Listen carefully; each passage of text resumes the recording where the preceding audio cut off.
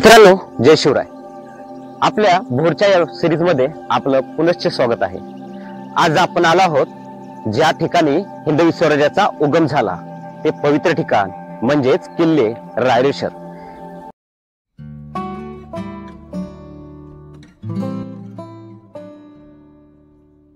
रायरेश्वराचा रस्ता म्हणजे निसर्गाने नटलेला रस्ता होय. कधी डोंगरांनी धुक्यात हरवावे तर कधी पावसाच्या धारांनी डोंगराच्या माथ्यावर बरसावं. मधूनच सूर्यदेवतांनी आपले दर्शन द्यावे तर मध्येच इंद्रधनुष्याने आपले रंग दाखवावेत असा हा रस्ता. सूर्यकिरणांनी आणि धुक्याने लपाछपी करावी असा देखावा बघायला मिळतो तो फक्त रायरेश्वराच्या पठारावरूनच. आम्ही किल्ल्याच्या पायथ्याला पोहोचलो तेव्हा ऊन आणि सावली ढगांसोबत खेळते असा भास झाला.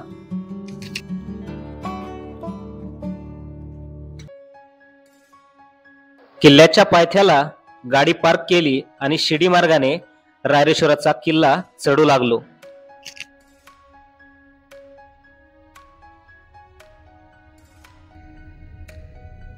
तर आता आपण शिडी मार्गाने वर पठारावर पोहोचलोय आणि पठारावर एकदम असा रंगीबिरंगी अशी आपल्याला फुलं पाहायला मिळत आहेत. याच प्रकारची अनेक फुले आपल्याला पुढे देखील आपल्याला बघायला भेटणार आहेत. तर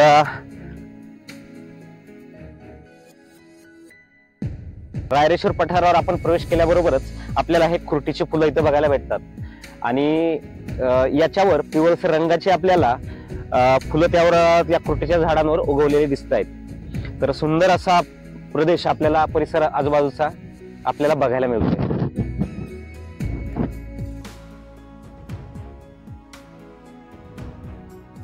खुर्टीच्या झाडांचा पाला आणि फुले दिसायला तर सुंदर आहेतच, त्याच सोबत किल्ल्यावर असलेल्या माकडांचे खाद्य देखील.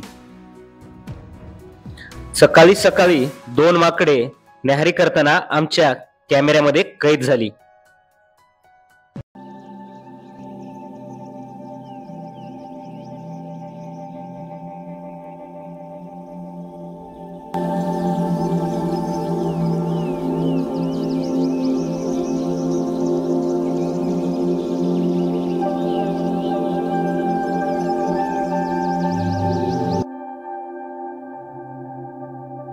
घनदाट झाडातून समोर गेल्यास आपल्याला दृष्टीस पडतो तो एक मोठा तलाव. याच तलावाच्या माध्यमातून किल्ले रायरेश्वर तसेच इतर 4 गावांची तहान भागवली जाते.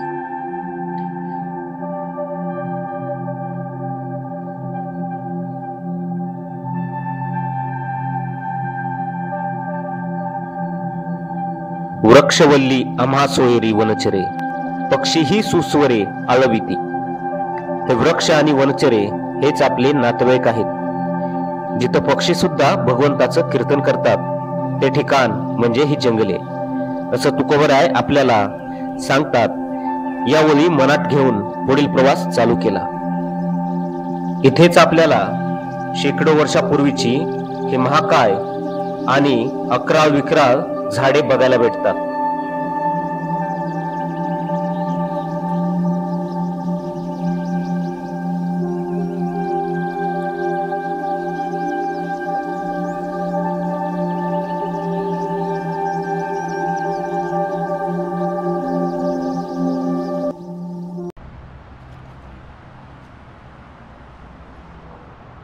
समोर काही अंतरावर आपल्याला जिवंत झरा किंवा ज्याला अमर झरा म्हणू असा गोमुखातून पडणारा झरा बघायला मिळतो.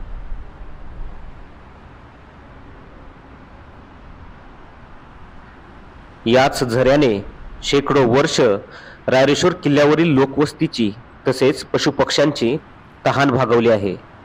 असा हा कधीही न आटणारा झरा आपल्याला रायरेश्वरच्या पठारावर बघायला मिळतो आणि या झऱ्याची चव म्हणजे एकदम अमृतावानी. असं निर्मळ आणि शुद्ध चविष्ट पाणी आपल्याला या झऱ्यामध्ये प्यायला भेटतं.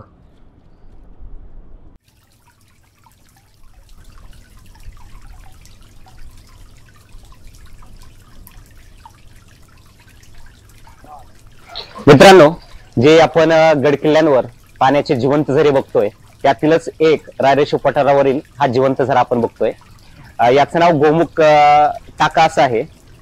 तर हा झरा 12ही महिने चालू राहतो असं ऐकू आहे, पण येथील स्थानिकांकडून त्याबद्दल आपण थोडक्यात माहिती जाणून घेऊ. दादा नमस्कार, जय शिवराय. दादा, हे पाण्याचं टाक 12माही आहे का पाणी बंद होते? पावसाळ्यामध्ये पाणी वाढतं, उन्हाळ्यामध्ये कमी होतं, पण ते वाहण्याचे कधी थांबत नाही. गावकऱ्यांना पाणी कधी कमी होतं. अच्छा अच्छा. म्हणजे किल्ल्यावर किती घर आहेत जवळपास? किल्ल्यावर 40 घर आहेत, 40 ते 45 घर.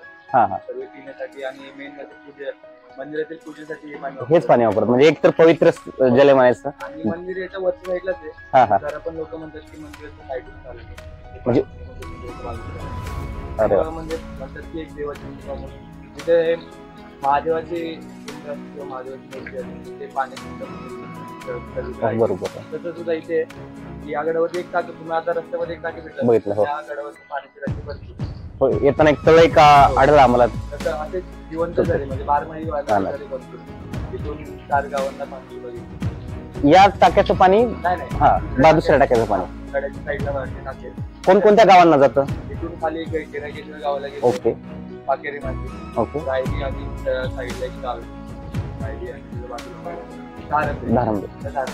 4 गावांना पाणी गेलं. अरे म्हणजे हे रायरेश्वर पठार हे रायरेश्वर 1 आणि बाकीचे 4 असे 5 गावाचं पाण्याची उपजीविका भाग होतो. दादा धन्यवाद तुम्ही माहिती दिल्याबद्दल. आणि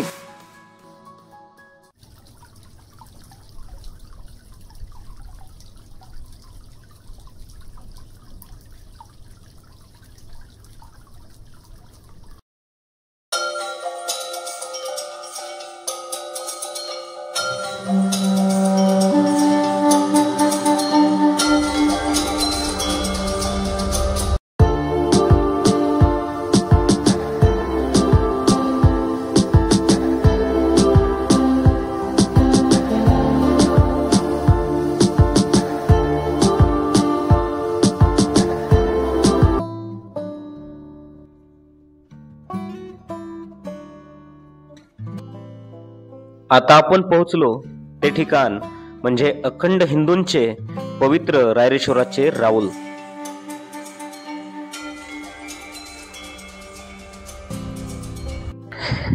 हिंदवी स्वराज्याची उभारणी आणि शपथ आणि प्रतिज्ञा ज्या ठिकाणी घेतलं ते म्हणजे हे पवित्र रायरेश्वराचं मंदिर. याच रायरेश्वराच्या रावलामध्ये छत्रपती शिवाजी महाराजांनी त्यांच्या सहकार्यानं सोबती आणलं. याच पठारावर इथंच ते मावले त्यांचे सहकारी एकत्र आले असतील आणि तिथंच हिंदवी स्वराज्य उभारण्याची घोषणा गर्जना महाराजांनी केली आणि त्यांच्या सहकार्याने.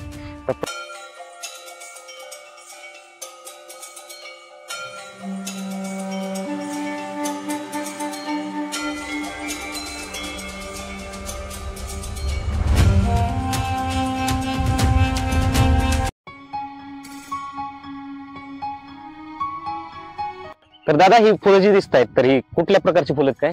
तर नमस्कार, मी आनंद जंगम. ही समोरची जी गुलाबी कलरची फुलं दिसतात तुम्हाला, तिळीची फुलं म्हणतात. कोणती? तिळीची. तिळीची. आणि तिळाची वेगळी येतात, म्हणजे ती पिवळीच असतात सोनकी सारखी. अच्छा. म्हणजे ते तीळ आपण खातो ना, ते तीळ वेगळे. आणि ही तिळीची वेगळी. ही फक्त म्हणजे यांचा कालावधी 10 ते 15 दिवसाचा असतो. अच्छा. त्यामुळे जर पर्यटकांना बघायचं असेल तर म्हणजे श्रावण महिन्यातील म्हणजे जसं श्रावण संपेल तसा तुम्ही विजिट करू शकता पाहण्यासाठी.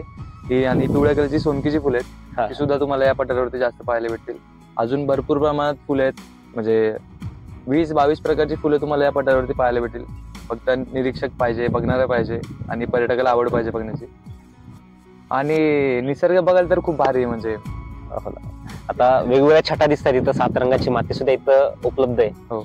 त्याच बाजूला जर तुम्ही गेलात तर तुम्हाला इको म्हणजे त्या पॉइंटला इको पॉइंट म्हणून नाव दिलं आम्ही. तिथून तुम्हाला तोरणागड, राजगड, पुरंदर, सिंहगड, पाटगड धरण, नीरादेवगड धरण एकाच ठिकाणून कम से कम तुला 10 किल्ले, 3 डॅम आणि सह्याद्री पर्वतरांगा पाहायला भेटतील. कुठली ती टेकडी मागची दिसते त्या ठिकाणी. ओके. दुसऱ्या आणखी आपली फुलं कुठं आणखी पलीकडे खाली दाखवू शकता? अजून या साईडला बघा, फुलांचा बहार म्हणजे पूर्ण तुम्हाला गुलाबी पठारच पाहायला भेटेल आता या सीझन मध्ये जास्त करून.